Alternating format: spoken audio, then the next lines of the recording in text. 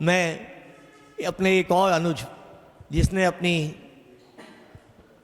विधा से, जिसने अपने प्रस्तुतिकरण से पूरे देश में एक पहचान बनाई, जो केवल मंच का कवि नहीं है, उसे हिंदी में कुछ करने की तलब भी जिसके मन में है, मैं भाई डॉक्टर राजीव राज को बुलाना चाहता हूं कि वो आएँ और कार्यपाठ करें।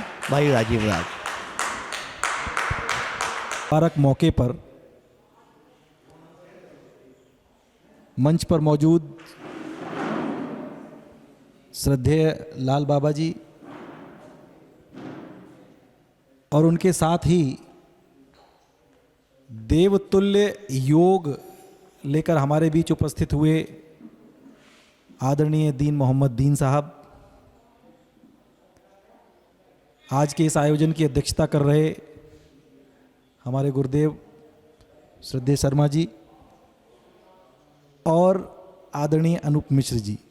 मैंने गुरुदेव के बाद दोनों नाम इसलिए लगाए कि जिन लोगों को न मालूम हो मैं बता दूं, जब ये नए नए शिक्षक हुए थे तो हम नए नए छात्र थे, तो इस लिहाज से पहली भूख जो होती है उसका बेटा भी प्रिय होता है और शिष्य भी प्रिय होता है।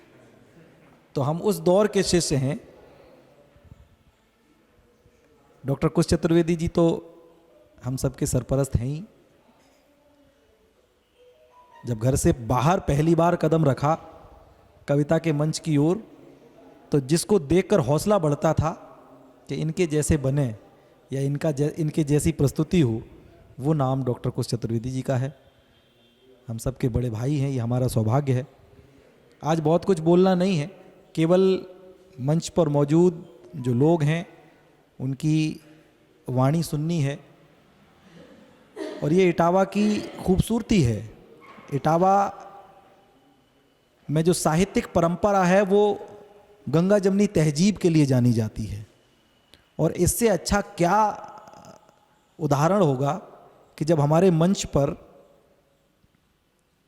हमारी योजना नहीं थी, क्योंकि अचानक कोई कार्यक्रम करना था तो कर लिया, तो ईश्वर ने सोचा कि अरे परंपरा नहीं टूटनी चाहिए, तो दीन मोहम्मद दीन जी को भेज दिया। ये इटावा की खूबसूरती है।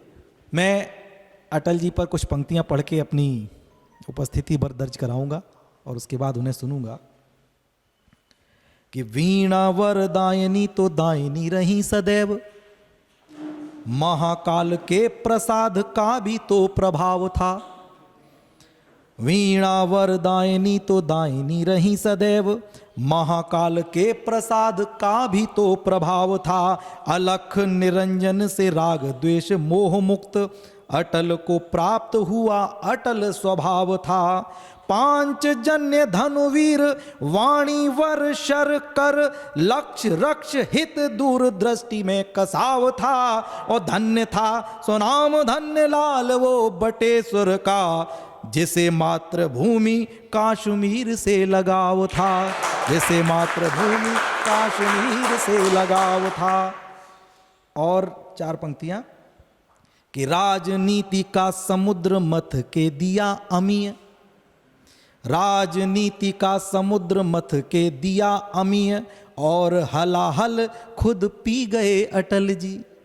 राजनीति का समुद्र मथ के दिया अमीय, और हलाहल खुद पी गए अटल जी। काजल की एक लीक भी न लगी सत्ता वाली, काजल की कोठरी में भी रहे अटल जी। काजल की एक लीक भी न लगी सत्ता वाली, काजल की कोठरी में भी गए अटल जी। जय जवान जय किसान वाली चुनरी में गोटा, जय जवान जय किसान वाली चुनरी में गोटा, जय विज्ञान वाला सी गए अटल जी। और शब्द शब्द संविधान का विधान आत्मसात कर, सच्चा हिंदुस्तान जी गए अटल जी, सच्चा हिंदुस्तान जी गए अटल जी। बहुत बहुत धन्यवाद। अटल जी एक बार प्रधानमंत्री रहने के बाद जब बटेश्वर आए तो लोगों ने उनसे वही शिकायतें की।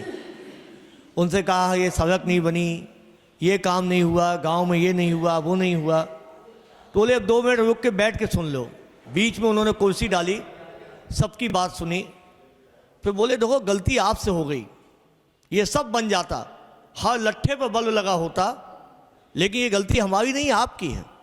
लोग कैसी बातें कर रहे हैं आप?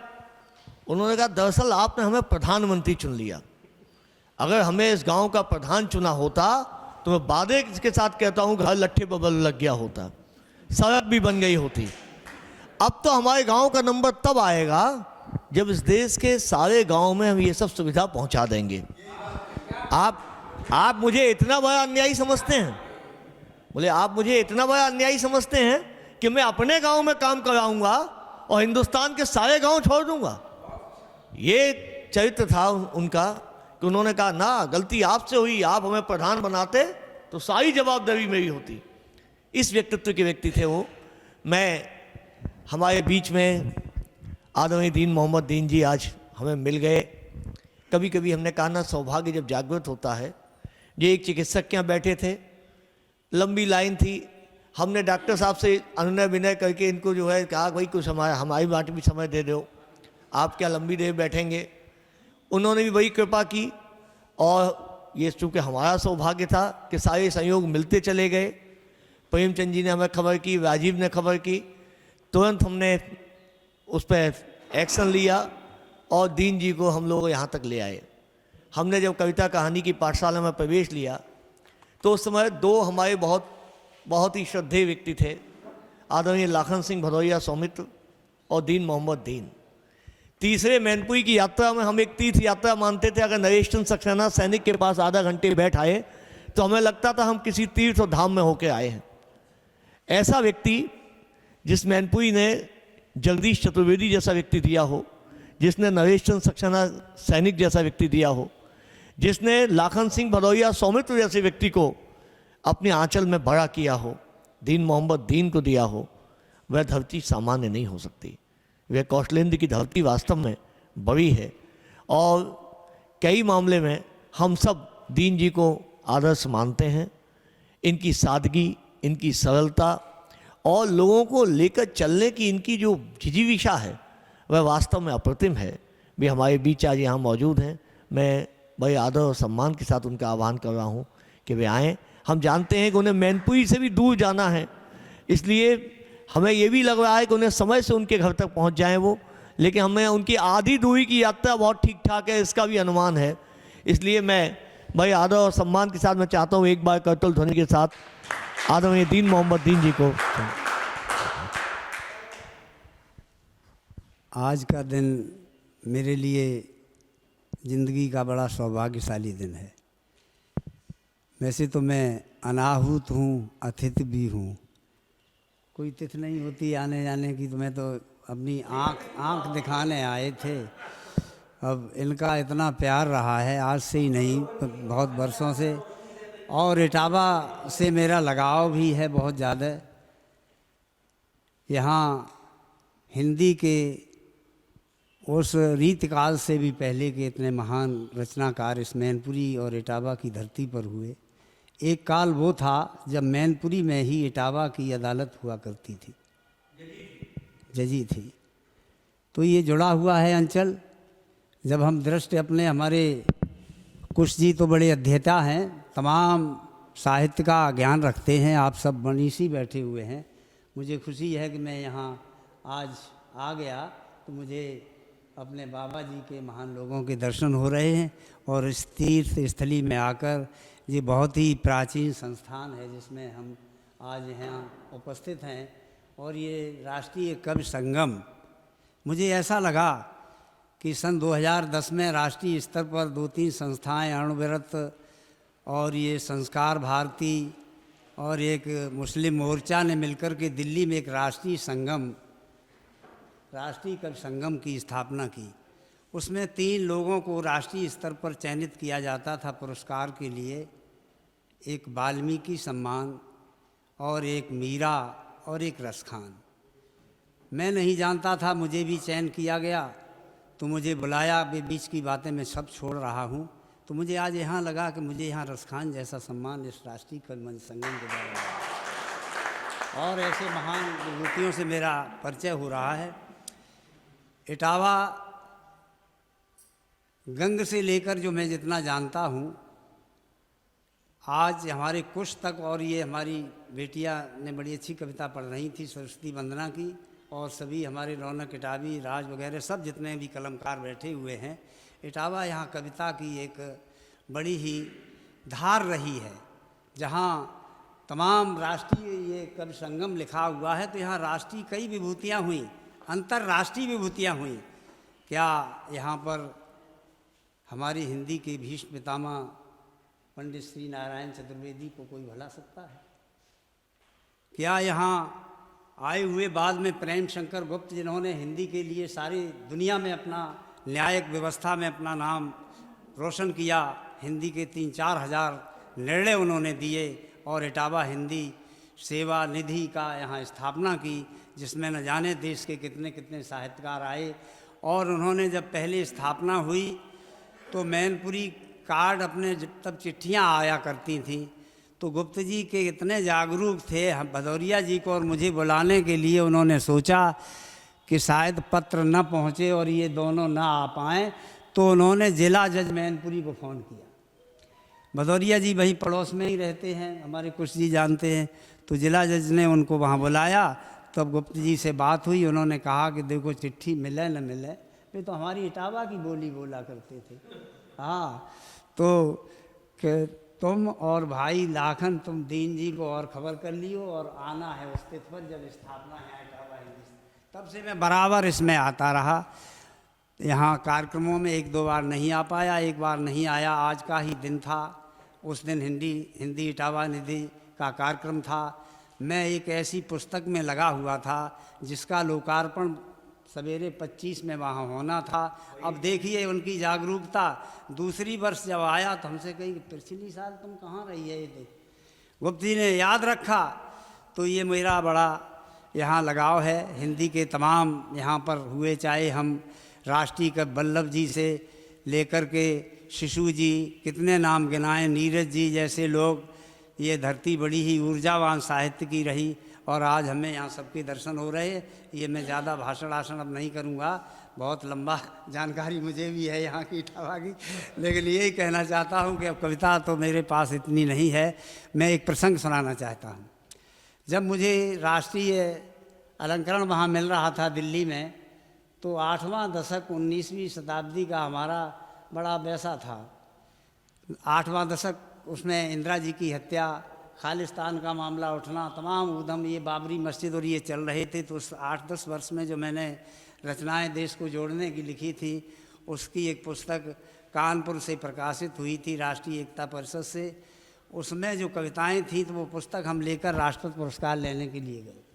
मैं नहीं जानता था कि अटल बिहारी वाजपेयी जी अपने वहाँ आवास पर हम लोगों को भी 4 तारीख में बुलाएंगे। देना चाहता था मैं KR नारायणन को, लेकिन जब मैं वहाँ पहुँच गया, सब लोग देश भर के शिक्षक थे, तो मैंने कहा उन्हें नहीं देंगे, अब हम तो अपने अटल जी को देंगे। तो अटल जी कितने, वो जिन लोगों ने सुना हो अटल जी को, मैंने उनके भाषण भी सुने, उनका साहित्य भी देखा।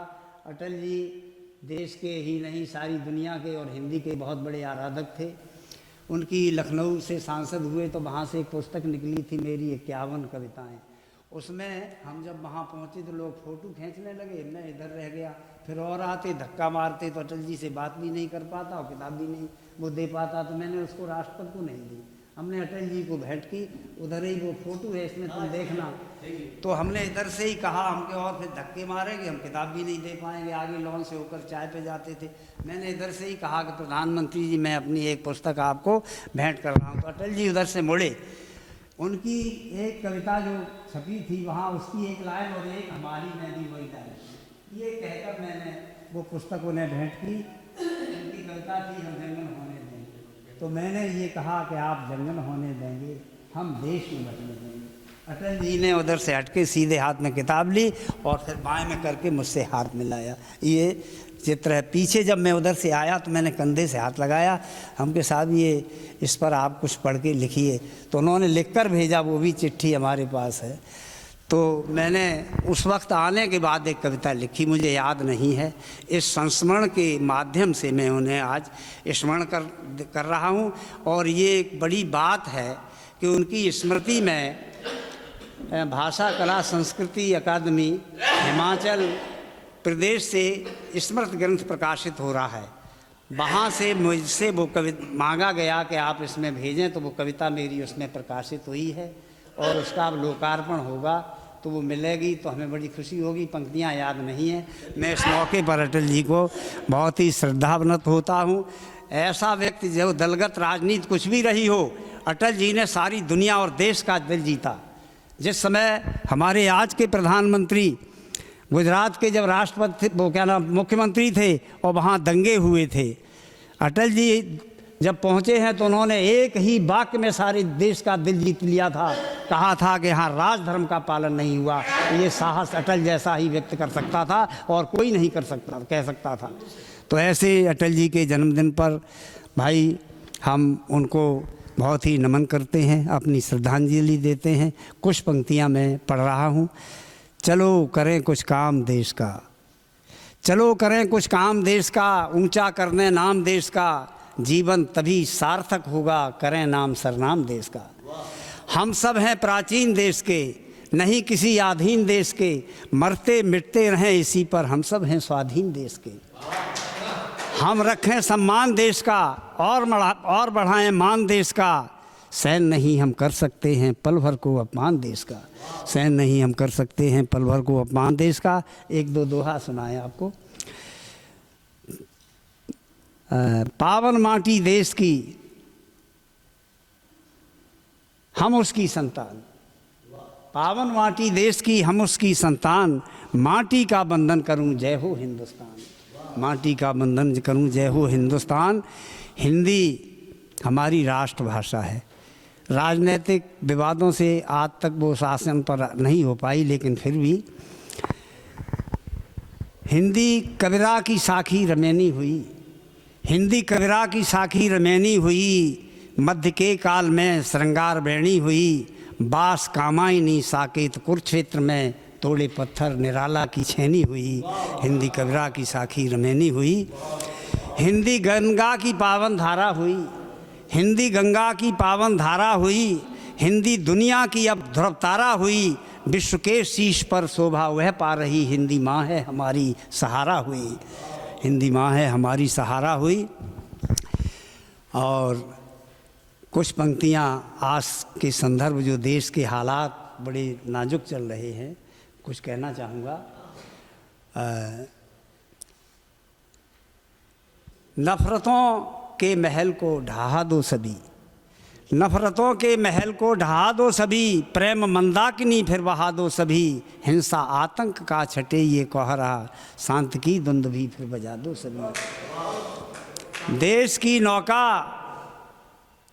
की नौका भंवर में है, देश की नौका भंवर में है, संकटों के वह सफ़र में है, घर बचाना है बचा लो तुम, नाव तो डगमग डगर में है। तो इस देश को बचाने का दायित्व जो है हमारे ऐसे कलमकारों का, रचनाकारों का है, जो देश के लिए बात करें। आजकल बड़ा दलगत कविताएं हो रही हैं, कहीं मंचों पे पहुंचता, कहीं कुछ हो रहा है, कहीं कुछ हो रहा है। ये नहीं होगा, कलमकार हिल जाएगा, देश हिल जाएगा। इसलिए सही बात कहना सीखो। राष्ट्र ये रहा है और रहेगा, हिंदुस्तान का कुछ बिगड़ना नहीं। अल्लामा इकबाल ने ऐसे ही नहीं कह दिया था, सारे जहां से अच्छा हिंदुस्तान हमारा। तो मैं बहुत ही आज आभारी हूँ, अपने कुश्ती ने हमें यहाँ बुला दिया। और ये बड़े भाई, आज से 22 साल पहले हमारा जो उत्तर प्रदेश हिंदी साहित्य सम्मेलन का अधिवेशन जागीर में किया था, और एक सत्र का संचालन हमारे इन्होंने बहुत अच्छा निर्वाह किया था। और ये इनको मेरे बहुत आशीर्वाद रहते हैं और ये हमको बहुत प्यार भी करते हैं। धन्यवाद। डॉक्टर विष्णुकांत शास्त्री आए हुए थे और कोई वाहन नहीं था ऐसा कि जिससे उन्हें वहाँ ले जाएं। एक राजकुमार गुप्ता की कार थी, एक फिएट इनके पास। इसमें हम लोगों ने शास्त्री जी को बैठाला, बटेले जी थे, न्यायमूर्ति प्रेम शंकर जी थे, उसमें 4-5 लोग हो गए। हमें लगा कि हमारी लायक जगह नहीं है, तो भाई प्रदीप मिश्र ने कहा कोई चिंता की बात नहीं। उन्होंने स्कूटर से हमें बैठाला, वो स्कूटर चलाते हुए और हम उसके पीछे बैठे, जागीर तक पहुँचे। रास्ते में शास्त्री जी कहें हमें बड़ा डर लगता था, तुम स्कूटर से चले आए। हम लोग कहेल में खड़े हो गए, बीच में हमने कहा साहब जूस वूस पी लीजिए। बोला ये तुम स्कूटर चल रहे हो, मेरा दिल धड़क रहा है जो है।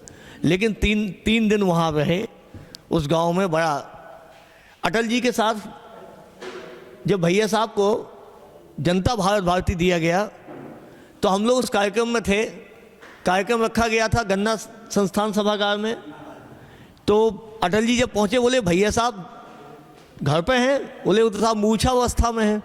बोले कार्यक्रम वहीं होगा, ये सम्मान हम उनके चरणों में जाके रखेंगे। और वो वहाँ से सीधे आए और भैया साहब बिल्कुल अचेतावस्था में थे। उन्होंने कहा कि हमने हिंदी के प्रति जो हमारी निष्ठा मजबूत हुई, बटेश्वर और इटावा में ज़्यादा दूरी नहीं है। श्री नारायण चतुर्वेदी जी को पढ़ के इनकी सरस्वती की संपादकी हमें हमेशा प्रिय रही। और ये कह के उन्होंने जनता भारती सम्मान उनके चरणों में रखा। ऐसे ही एक कार्यक्रम में और हमारा जाना हुआ जब हिंदी गौरव मिला था न्यायमूर्ति प्रेमशंकर जी को और अटल बिहारी वाजपेयी को। तो उन्होंने कहा कि हिंदी की सेवा की है तो इन्होंने की है। हम तो हिंदी में कविताएं करके थोड़ा बहुत हमें तो मिल भी जाता था जो है, इन्हें तो कुछ भी नहीं मिला होगा। इन्होंने अंग्रेजी में जजमेंट लिखते तो ये सुप्रीम कोर्ट पहुंच जाते।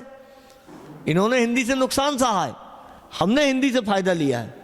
बड़े सरलता मनोविनोद में बोलते थे वो दौर हम लोगों के विद्यार्थी जीवन का था। बहुत पीछे बैठ के उन्हें सुनने का था। हमारे बीच में आज हमारा सौभाग्य है कि मैं पूज्य लाल बाबा को बुलाऊं। इससे पहले एक बड़ा अन्याय होगा यदि इस कार्यक्रम के संयोजक जो बहुत अच्छे कवि भी हैं भाई रोहित चौधरी को ना सुना जाए। मैं चाहता हूँ एक छंद वो सुना के जाएं, लेकिन कविता की बरादरी के व्यक्ति होने के नाते रोहित से मेरा आग्रह है कि वो केवल एक छंद, जहाँ दीन जी बैठे हैं, जहाँ पूज्य लाल बाबा बैठे हैं, ऐसे लोगों की उपस्थिति में यह अर्घ है कविता का जो हम सब अंजलि में लेकर उन्हें चढ़ा सकते हैं। भाई रोहित।